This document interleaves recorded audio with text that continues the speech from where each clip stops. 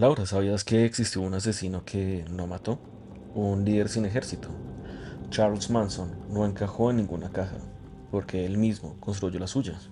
Y esa caja de Eduardo estaba llena de LCD, canciones de los Beatles y un ejército de almas rotas, listos para descifrar el rompecabezas de la mente más manipuladora de los 60. La gente me llama monstruo, pero yo solo les mostré el monstruo que llevan dentro. Y con esa frase, Manson nos recuerda que hasta el peor villano cree ser el héroe de su propia película. Nació como Charles Miles Maddox. Nació en 1934. Su madre, Kathleen, una adolescente alcohólica. Un hombre que cambió tantas veces como sus mentiras. ¿Tú sabías que su madre lo vendió por una jarra de cerveza? Sí, y con ese trauma de fondo no es raro que buscara controlar a otros. Pero ojo, Eduardo, no todos los abandonados terminan creando sectas. Cierto, pero aquí se suma un coeficiente alto. El hecho que en prisión aprendiera a manipular y los 60, las drogas y la rebeldía. Un cóctel perfecto. Y no fue el único golpe. A los 12 años ya robaba para sobrevivir. Estuvo 27 años en prisión. ¿Qué crees que aprendió tras las rejas? A dominar el arte de la manipulación. En la cárcel estudió a Dale Carnegie con su libro Cómo ganar amigos y El anticristo de Nietzsche. Quería ser un superhéroe, pero terminó siendo un supervillano. ¿Psicópata o líder carismático? Según la escala de psicopatía G, Manson tenía 34 de 40 puntos. Encanto superficial, grandiosidad, falta de remordimiento. Y desde el psicoanálisis era un narcisista maligno. Usaba a su familia como extensión de su ego un poco roto. ¿Sabías que obligaba a las mujeres a teñirse el pelo de rubio como su madre? Un control freak total. Y con las drogas le borraba el juicio crítico. ¿Verdad que es curioso que nadie escapara, ni siquiera cuando los mandó a matar? Hablemos de los 60. Guerra de Vietnam, protestas raciales, hippies. Manson no surgió en el vacío. ¿Cómo usó el clima social? Como un parásito cultural. Se instaló en San Francisco en 1967, justo cuando los jóvenes buscaban gurús. Él les ofreció amor libre, pero con un manual secreto: drogas, sexo y asesinatos.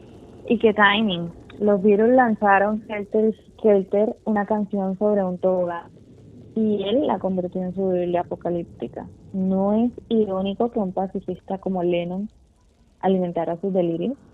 Bastante. ¿Qué me dices de Sharon Tate, Leno y Rosemary LaBianca? ¿Por qué ellos? No eran random.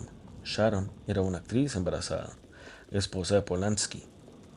Simbolizaba el Hollywood que él odiaba. Y los LaBianca eran empresarios ricos. Manson buscaba símbolos, no personas. ¿Sabías que dejaron la palabra cerdo escrito en sangre? Era un mensaje a la sociedad que él excluyó. Exacto, pero también hay un patrón racial. Casi todas sus víctimas eran blancas y adineradas. ¿Por qué? Para culpar a los panteras negras y desatar su guerra racial, usó el odio ajeno como arma. Manson no encajaba en el asesino serial típico. Él era un manipulador organizado, planeaba, reclutaba soldados y usaba símbolos, gente Sterker, como ya lo mencionaste, para dar sentido a sus crímenes. Todo un CEO tóxico. Hasta tenía un manual de la familia, reglas de lealtad, castigos, y sus víctimas no eran random. Elegía a blancos simbólicos, ricos, famosos, embarazadas. Aquí un dato macabro. Manson jamás tocó un cuchillo. ¿Cómo logró que Tex Watson y Susan Atkins mataran por él? Usó su mayor arma, el lenguaje. Les decía esto liberará al mundo. Van a ser héroes. Les dio un propósito perverso. Y luego los chantajeaba si dudaban. Les recordaba sus crímenes pasados, una técnica de disonancia cognitiva.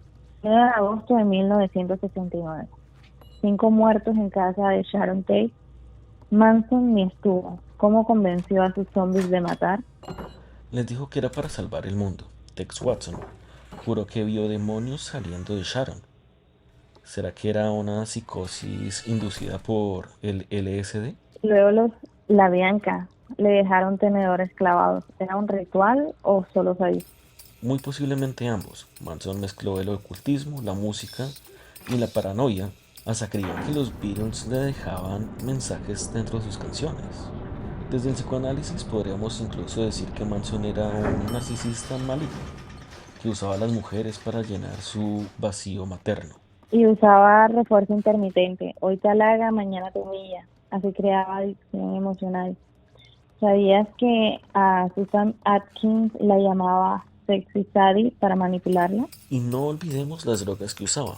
Mantenía dosis bastante altas en sesiones de terapia falsas. Las convertía en esclavas de sus propias alucinaciones. Hoy memes lo pintan como ese gurú rebelde. ¿No te parece que es un poco peligroso romantizarlo? Totalmente, pero su caso nos enseña cómo los líderes tóxicos explotan vulnerabilidades. Jóvenes sin rumbo, idealismo, como ciertos influencers modernos. Ojalá que este episodio sirva para ver detrás del mito. Como diría Jung, el charlatán siempre viste la máscara que el público desea ver. Wow, Muchas gracias por escucharnos. los esperamos en el próximo episodio.